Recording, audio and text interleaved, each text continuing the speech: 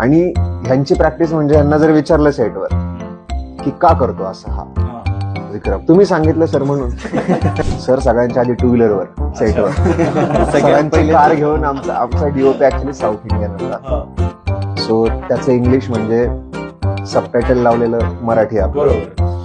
So तो एकतर काय बोलायचं बऱ्याच लोकांना समजत नव्हतं आणि त्याच्याकडे कार, त्याच्यासोबत 4 जण आणि सगळ्यात आधी सेटवर सकाळी मी राहते आणि हे मला फोन करणार, सर आम्ही आलोय. अरे म्हटलं तुमच्या आधी मी आलोय, नाश्ता करून झालाय माझा, कधी शूट सुरू करायचंय. आणि मेकअपला प्रचंड वेळ लागतो शूटला.